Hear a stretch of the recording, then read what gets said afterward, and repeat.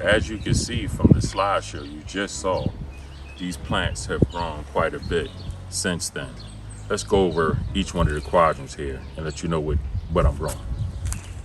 As you can see, I'm growing in grow bags, something I saw on Amazon, and I'm giving these a shot for the very first time. This area, these two areas here, is 6 quadrants here and 4 on this side. All of these are sweet corn. I started 5 and I think around April 26th. Correction, all of these were started indoors April the 1st. On April the 26th, they all came outside, the big ones. The smaller ones here, the next 5, I started these 2 weeks later. I started the 5 to have something to pollinate off each other, and another 5 that can come behind 2 weeks later to pollinate each other. It might not have been the best setup, and it's the first time I've ever grown corn, but I think it'll work. And so far, so good. In this area here, we have all white potatoes. Don't pay attention to the plant there. That's the Scarlet O'Hara plant. I just threw in here because I wanted to see how would it grow in this area. As for the white potato plants, as you can see, they all doing great. I started them from all potatoes. They started on April the 5th, and this is what they look like today. And I have backfilled the back 2 plants, the back 3. These 3 plants here, correction, all 40s. These 4 plants here were backfilled already. As you can see with these pots here, as the plants grow out, I can continue to add soil so I can get more roots from the bottom of the potato plant in this area here. I can cover this stem up with more soil, more roots will come out, I'll get more potatoes. And when I do that, these bags that I ordered off of Amazon, you just pull them up 3 inches at a time or so, add more soil up to that area there, and once the bag is fully erect, that's when you can stop backfilling and just let the potato plants rock.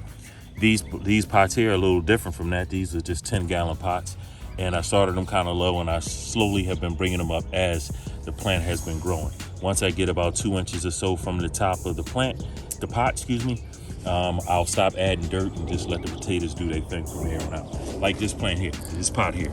This one is pretty much finished. I won't be adding any more soil to this for the rest of the run, and I should do pretty well. It's a pretty big pot, so should get a good harvest out of it. Let's move on to the next quadrant. In this area here, this quadrant here, we have 10 squares, just like over where the corn was. But in this 10 here, we have a variety of different things. I have this here, this one here, this one, and this one are all yellow squash. This one, and this one are all cucumber. The last 4 that are around the outside are all beans. String beans, excuse me. Let's talk about how I'm doing these. This is the yellow squash, which is, now that I see, this is only the second time I ever grown them, realizing that they get pretty big. In the very beginning, I was overwatering, and that's how I believe I got this yellow and leafing here.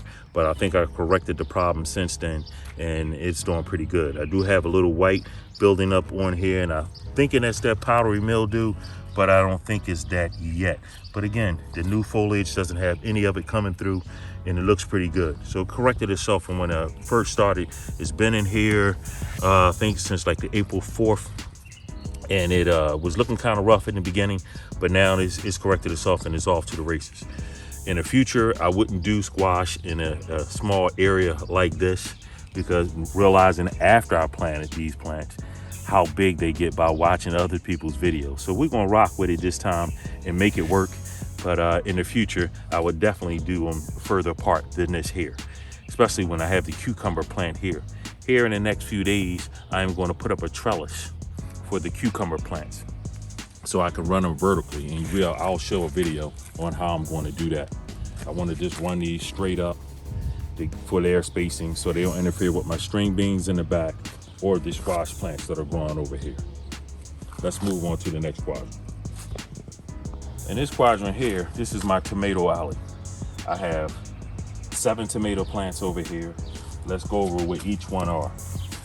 On the far right here on the end, These are the red beefsteaks. My next two are the Roma tomatoes. The next two after here are pasta tomatoes. And then the last two here are cherry tomatoes. Eventually I'll have cages on all of these, and I put them up against the back wall here so I can use this also as an addition to like a trellis. I plan on tying any additional branches up to this back trellis here, especially for the cherry tomatoes, because the way they vine and grow up stringy like. So just for a little extra support, I'll put them back here just for that reason there. And again, this is not the first time I've grown cherry tomatoes. It's actually the second time I've grown them. And I believe with that extra support, they'll do fine. Now I also know about pruning tomatoes and how that is done. I should do a better job than I did the first time I did it. In this quadrant here, again, a 10-section quadrant, just like the other side. On this side here, I have my first two spots here are my red onions. My back two here are zucchini, along with this one here. This one here was a mini watermelon called Mini Love, I believe was the name of it, but it doesn't look like it's going to make it, so I'm gonna have to put another watermelon in that spot there. These four here are sugar baby watermelons, and I put them here because I want to do some sort of trellis to hang them up vertically instead of letting them run all through the garden. I haven't figured it out yet, but as they grow, I'm sure I will figure it out. These three pots here are my sweet potatoes. I got 2 slits in each pot, and I plan on using this fence, and I'm gonna put a pole up across the top here, so once these sweet potatoes get to vining, I can run the vines right across the top of the pole that I'm gonna add to this. I just put these out here, I think on 2 weeks ago, and so far they don't look too bad. In this quadrant here, again, we have 10 spots of various different veggies.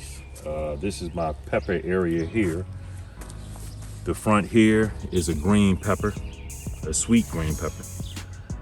The one in the back here and here are all banana peppers. Correction, here and here are banana peppers. These two here are hot peppers. On this side here, as you can see, we have some yellow onions. They're actually called Walla Walla onions. Back here are carrots.